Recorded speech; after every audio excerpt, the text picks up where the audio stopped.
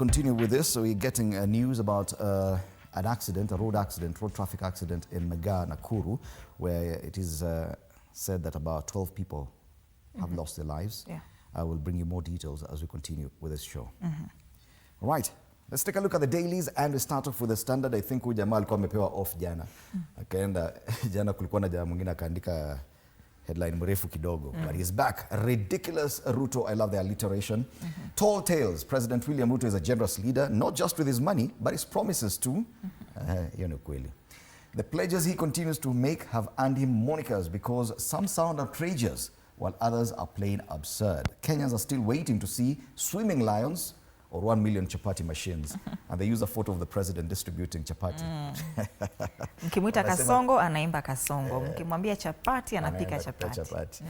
At least, this is a generation, fashi. Latest promises, a machine that produces 1 million chapatis. Number 2, that help funds would be disbursed today to university students. Now, that was a big one. Aliambia watu, I promise you, utakuwa na pesa mfukoni by Friday. Wacha tuone.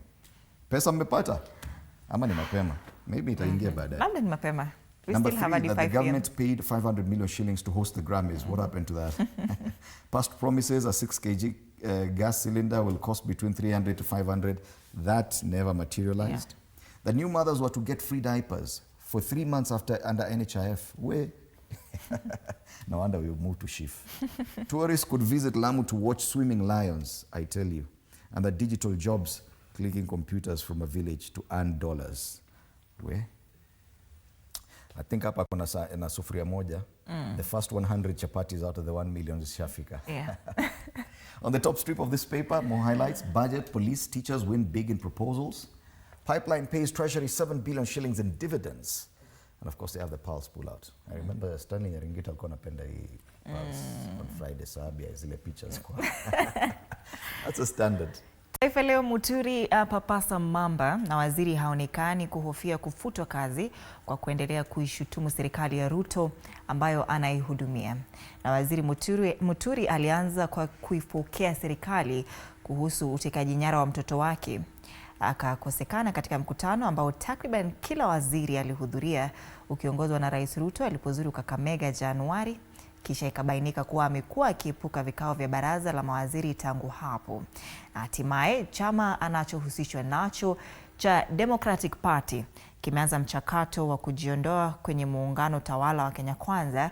Je, Muturi anataka kufutwa kazi? Amejaribu sana kufutwa kazi, lakini jamaa mwenye anafaa kumfuta hamfuti. Atakaa hapo.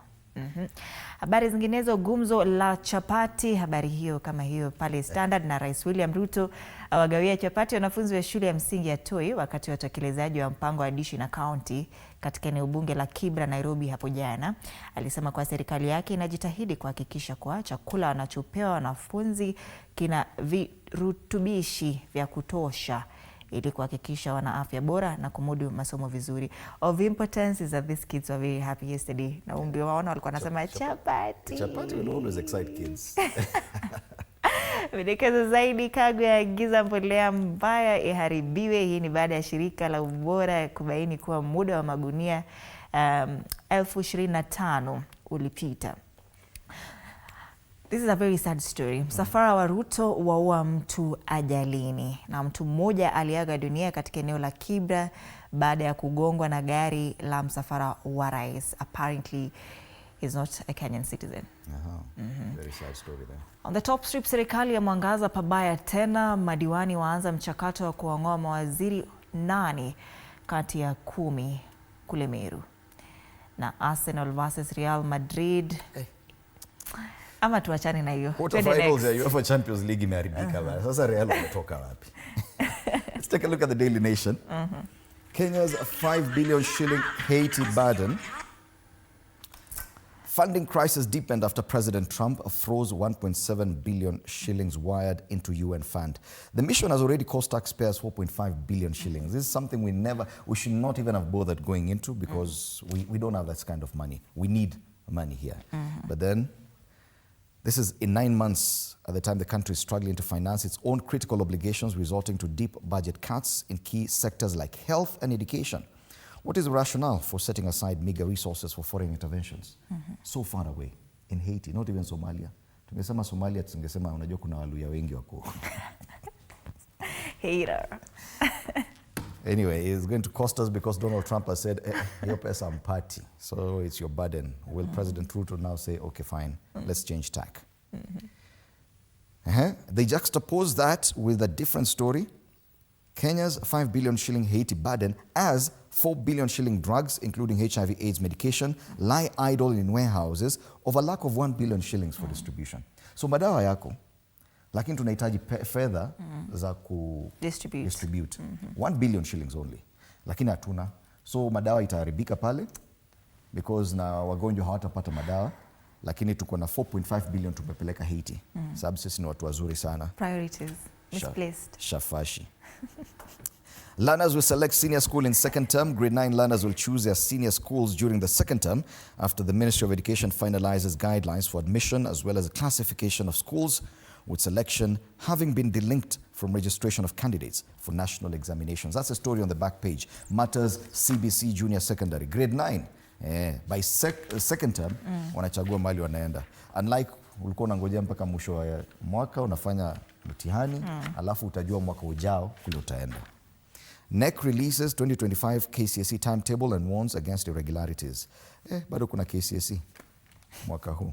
Poleni. That's the Daily Nation today. The Star, State House and lodges repairs to eat up 8 billion shillings. 8 billion. Wacha tuangalia anasemaje humo ndani. They say the government plans to spend 7.81 billion Kenyan shillings to renovate State House and lodges, with some 2.8 billion already spent, a new report shows. Now, the document also reveals that despite the Gen Z protests against government extravagance, public offices splurged a record 6 billion shillings on travel within 3 months after the demos. Interesting. And the revelations are contained in the latest National Government Expenditures Report for the first half of the financial year, released by Controller of Budget Margaret Nyakango on Thursday. And according to the report, the government is renovating State House, Nairobi and Mombasa, and 8 state lodges. Hii kitu silikuwa renovated juzi na ikakuwa na lot of backlash. More money for more renovation. Interesting. Meanwhile, we don't have 1 billion shillings to distribute medicine. But State House lazima ikae tip-top shape. Yes. We must shine. The house on the hill. Shafash. I just know this guy is not going to rest. If I cannot rest because of Isiolo. And you see, this photo is now common on 3 front pages. We have the same photo on the front page of the Star, front page of the Standard, and the front page of the Taifa Leo. Yes. The same photo. Shafash. All right, we see a photo there of President William Ruto and Public Service CS Justin Muturi. Why? It's all over between Public Service CS Justin Muturi and Ruto. In his televised interview on Wednesday night, Public Service Cabinet Secretary Justin Muturi made it clear that all is not well between him and senior Kenya Kwanza leaders, including President William Ruto. Now, Muturi, who has been courting controversy as the black sheep of the Kenya Kwanza team, revealed that he no longer attends cabinet meeting until it speaks boldly against abductions. And this story is on page 7. All right, going back to the chapati debate, wanasema hapa a chapati a day makes for happy school children. All right. Gadhungu, new varsity funding model flawed and ineffective. Today is a Friday. There's a siasa put out there. How long will Raila stay in shaky marriage with embattled Ruto? Now Ruto is embattled, apparently. Is he? Well, I don't know. The Star anasema he looks very comfortable with the chapos. Yes. Yeah, it doesn't look like he's in trouble at all. He will not rest. Yeah. All right, even as we continue taking a look at the dailies, of course, there's that breaking news on your screens. Yes, we're waking up to news of a terrible and fatal road crash that has taken place at Miga, that's Molo area along the Eldoret-Nakuru highway. It involved a trailer that apparently rammed onto the back of a Kitale-bound matatu, and apparently it had lost control. This accident happened at 3 a.m. this morning. So far, confirmed fatalities are 13. from the mangled wreckage, and police are there. 8 males, 4 females, and 1 child have been confirmed dead. We still continue getting more details from the police, and we'll update you with more on that. People Daily today, backlash in Ruto trip. Foreigner killed when he ran over by a car in the presidential motorcade. We talked about this story. I think that People Daily has decided to go with it. Even as residents have a field day, jeering and booing head of state during his tour of Nairobi. It's been very chaotic during President Ruto's trip to different parts of Nairobi. We could see people getting robbed, shops being vandalized. Now we're seeing that someone has been killed through a road accident, and simply a tragedy in the city. Yes. So President William Ruto's trip to Nairobi has not been that good for most city dwellers. Yes. Haiti peacekeeping mission gets 2.5 billion shillings higher than top hospitals. This is the irony of it. We do not have money. We need 1 billion shillings to distribute HIV medication. Hatuna. Kwa hivyo madawa hataribikia kule kwenye store, lakini tumeongeza kwa hiyo mission ya Haiti 2.5 billion shillings. Sababu sisi ni wale watu. Shock as government orders destruction of 27,000 bags of fertilizer. That's another story on the front page of the People Daily. Matters business, Congo linking central bank freeze of National Bank of Kenya sale. And it says a condition imposed by Nigeria's banking regulator requiring Access Bank to exit the Democratic Republic of Congo before it can acquire the National Bank of Kenya from the KSh8B group has frozen the buyout deal. Now, fresh revelations indicate that the CBN, that is the Central Bank of Nigeria, had placed a condition for Access Bank to sell its DRC subsidiary before completing the deal.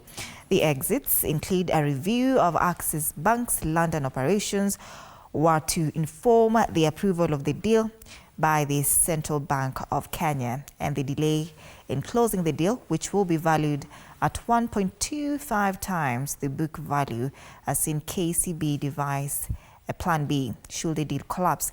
This story is on page 2 of the Business Daily. On the ticker, disclosed projects funded by tax-free bonds, Treasury told. And MPs have asked the Treasury to disclose details of development projects financed using the proceeds of infrastructure bonds, amid fears that the tax-free fund are being used for recurrent expenditures. Higher investments income lift Sanlam to record 1 billion shillings profit. Fund managers see unit trusts growth. That's the Business Daily. All right.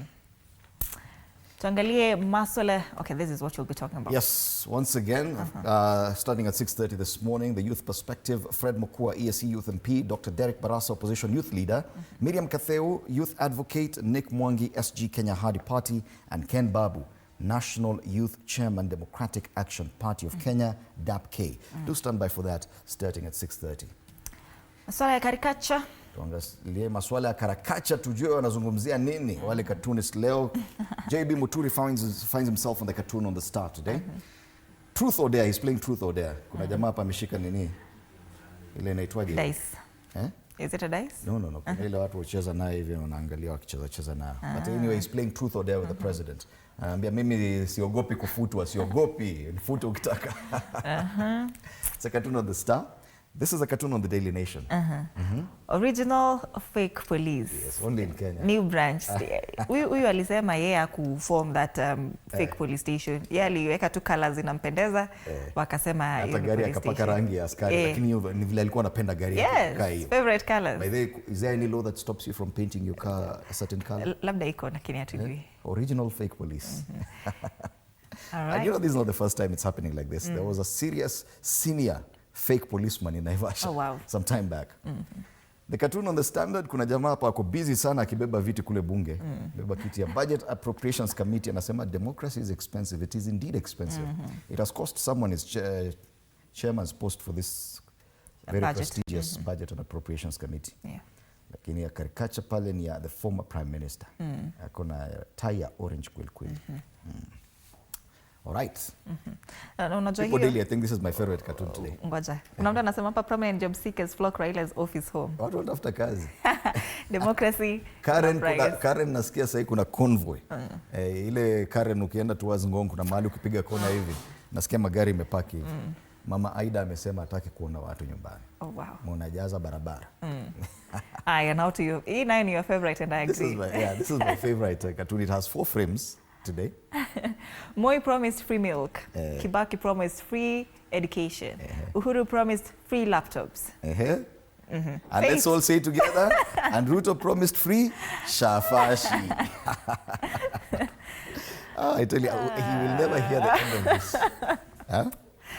When you're involved. I tell you. Oh my goodness. So yes, these are the main discussions today. Of course, shafashi, we cannot avoid it. Na sio sisi, huyu ni cartoonist amechora. Anafanya kazi kwa people daily.